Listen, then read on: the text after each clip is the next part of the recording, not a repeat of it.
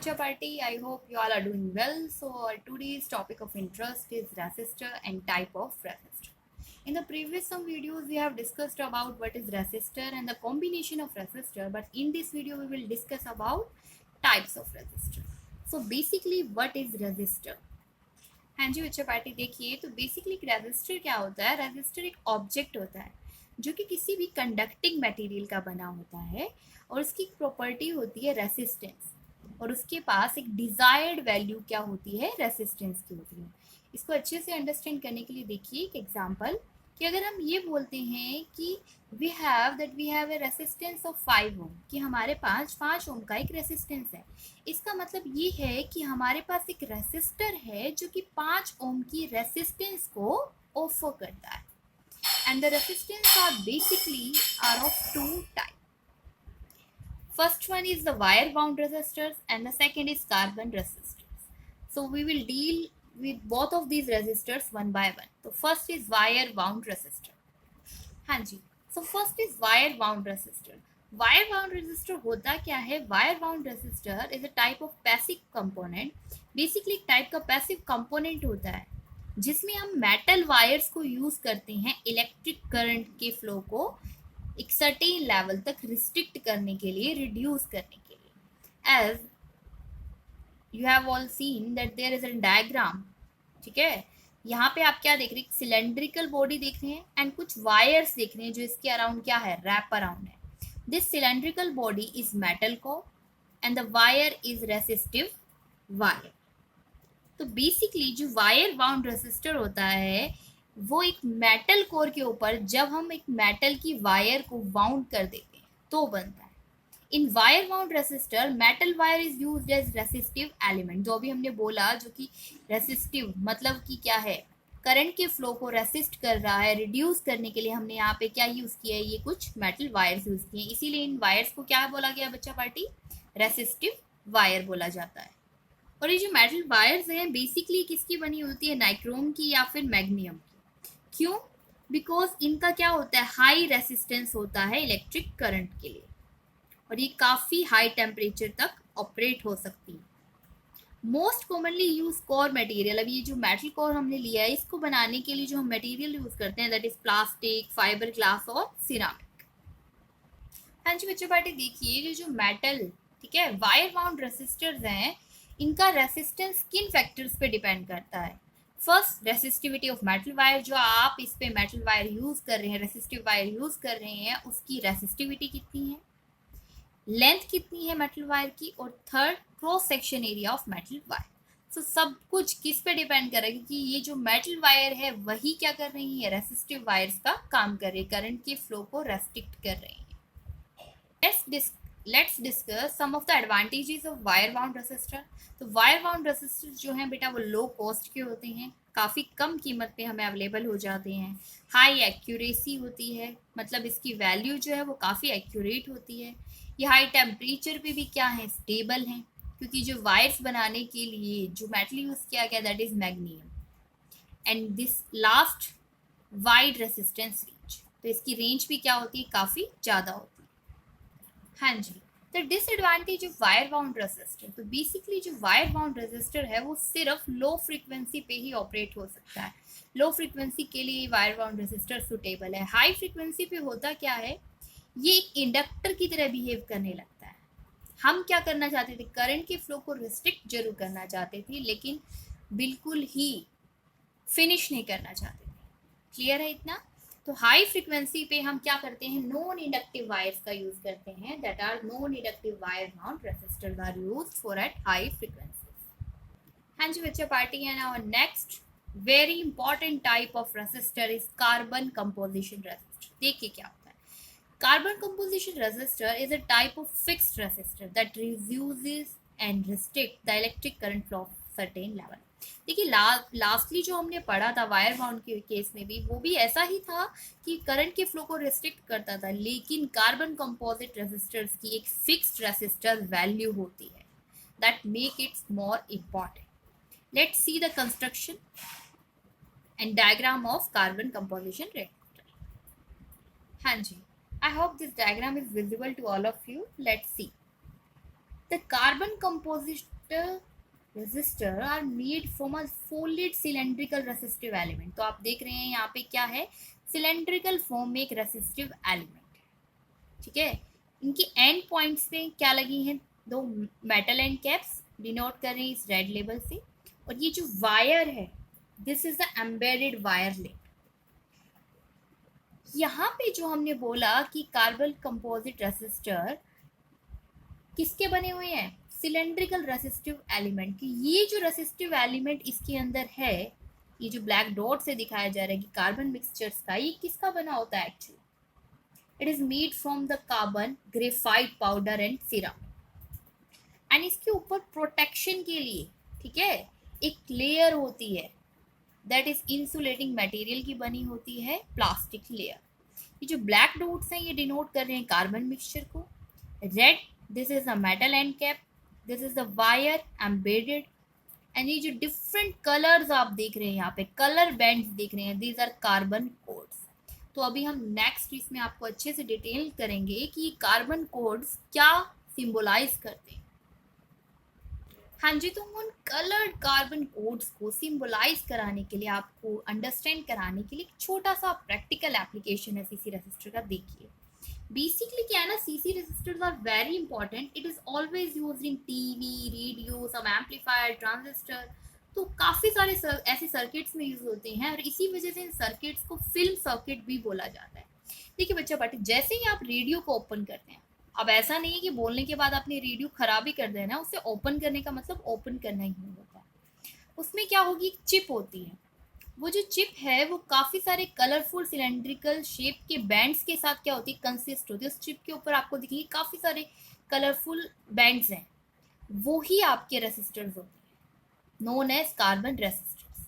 अभी हम देखेंगे कि उनकी वैल्यू कैसे है, कैसे, क्योंकि हमने अभी आपको बताया कि सीसी रेजिस्टर की a fix value of resistance होती है। तो कैसे हम इन कोड्स को देख के उस फिक्स वैल्यू को मेजर कर सकते हैं, शो कर सकते हैं, लेट्स। हाँ जी बच्चों पार्टी, देखिए हमने यहाँ पे एक सिलेंड्रिकल शेप ही आपको शो की है, जिस पे यहाँ पे अब कलर नहीं किया गया, लेकिन सिंबलाइज कर रहे हैं कि जो फर्स्ट बैंड होगा वो रिप्रेजेंट करेगा फर्स्ट सिग्निफिकेंट फिगर को, जो सेकंड होगा that is your second significant figure, third it is your multiplier, and जो फोर्थ बैंड है वो रिप्रेजेंट करता है टॉलरेंस। अगर ये टॉलरेंस वाला बैंड नहीं है फोर्थ, तो हम बोलते हैं, हम उसकी टॉलरेंस कितनी ले लेते हैं, ±20%। और अब क्या है, देखिए यहाँ पे एक शॉर्ट ट्रिक है, आप जानिए कि ये किसके लिए यूज ऐसे की जा रही है।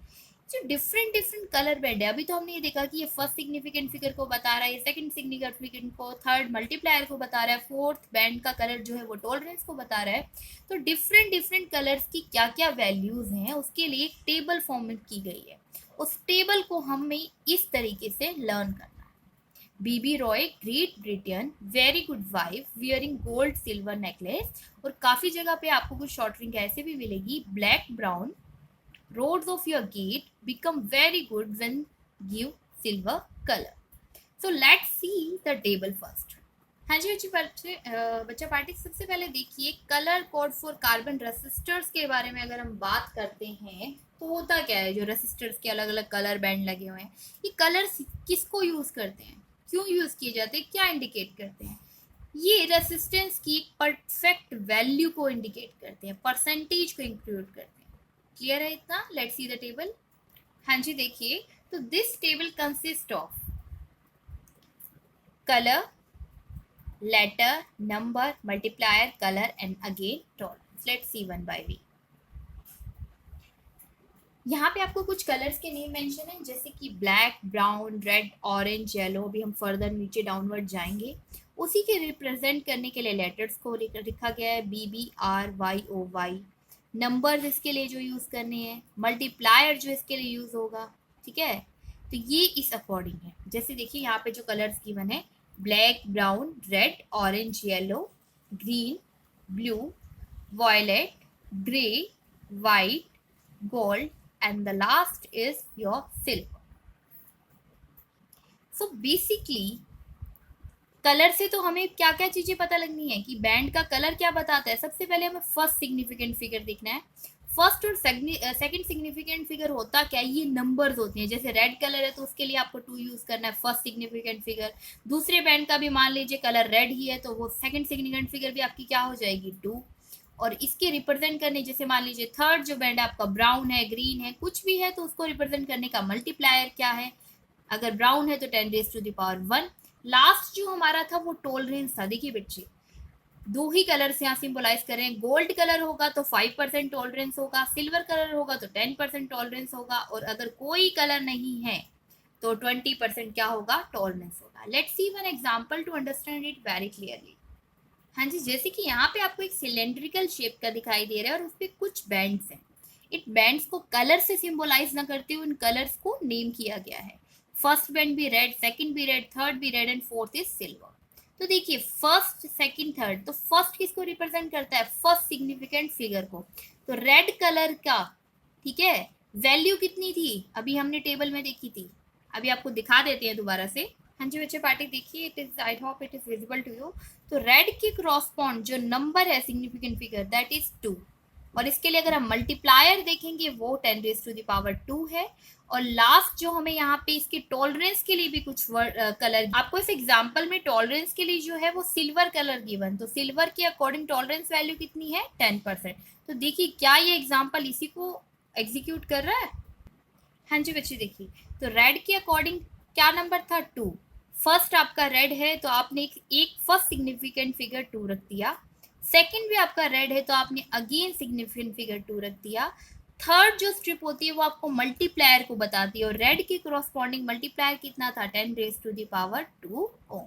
तो ये आपका क्या आ गया, रेसिस्टेंस आ गया। स्टिल फोर्थ बैंड आपको यहाँ गिवन है, अगर ये कलर गिवन नहीं होता तो हम 20% टॉलरेंस लिखते, लेकिन अब आपको ये सिल्वर गिवन है तो सिल्वर के केस में हमने देखा कितनी टॉलरेंस है, 10%, तो हमने लिख दिया ±10%।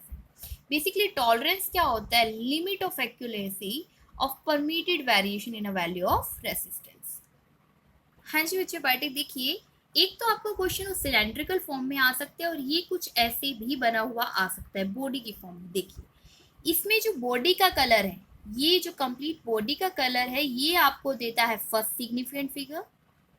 कलर ऑफ एंड गिव्स, ये जो एंड के जो कलर्स होंगे ये आपको देंगे second significant figure. Colour of the dot give, इसके ऊपर ये जो डॉट बनी है ये आपको बताएगी number of zero to be placed after the second figure. And colour of ring gives, ये जो रिंग है इसका कलर आपको क्या बताएगा, टॉलरेंस की वैल्यू को। तो आपका जो कलर कोड का जो रेसिस्टर बेस्ड क्वेश्चन है वो इस फॉर्म का भी आ सकता है। Let's see one question of this type. हाँ जी बच्चे देखिए, तो फर्स्ट आपको बॉडी का कलर जो गिवन था दैट इज येलो, एंड का कलर जो आपको गिवन है वो वायलेट है, डॉट का कलर आपको ऑरेंज गिवन है, एंड दिस रिंग का कलर आपको सिल्वर गिवन है। ये कलर्स की वैल्यू आपको उसी टेबल में से ही पुट करनी है। येलो के क्रॉसपॉन्डिंग 4 होता है, वॉयलेट के क्रॉसपॉन्डिंग 7, ऑरेंज के क्रॉसपॉन्डिंग 3 एंड सिल्वर के लिए टॉलरेंस ±10%। तो अब कैसे लिखेंगे, फर्स्ट बॉडी का कलर क्या बताता है, फर्स्ट सिग्निफिकेंट फिगर। एंड का कलर क्या बताता है, सेकंड सिग्निफिकेंट फिगर। इनटू में थर्ड डॉट का कलर क्या बताता है, नंबर ऑफ टेंस, तो टेंस की पावर कितनी है, 3, 10 की पावर 3। तो आपका रेसिस्टेंस आ गया और इसकी टॉलरेंस कितनी है, 10%। तो in this way you can solve the question based on carbon resistance. Let's discuss some of the advantages and disadvantages of carbon composition resistor. The first and the main advantage is, the major advantage of carbon composition resistor is its ability to withstand at high energy pulses. तो basically high energy pulses जो हमने अभी wire bound के case में देखा कि यह high frequency पे एग्जीक्यूट नहीं कर रहा था, तो कार्बन कंपोजिशन रेसिस्टर्स उसमें भी अपने आप को मेंटेन रखते हैं। तो cost of carbon composition resistor is low, तो कॉस्ट भी इनकी क्या होती है बच्चे, बहुत कम होती है। Next discuss it some of its disadvantages. सबसे बड़ी डिसएडवांटेज है इसकी पुअर स्टेबिलिटी। नेक्स्ट इट की बहुत ज़्यादा आवाज़ करता है, generate high noise. And third is low accuracy. तो जैसे आपने देखा ±10% टॉलरेंस, दैट मीन्स वो +10% भी हो सकता है, -10% भी हो सकता है। तो इसकी वैल्यू क्या है बेटा, एग्जैक्ट नहीं है, ये एक्यूरेट नहीं है, लो है एक्यूरेसी है। This is all about resistance.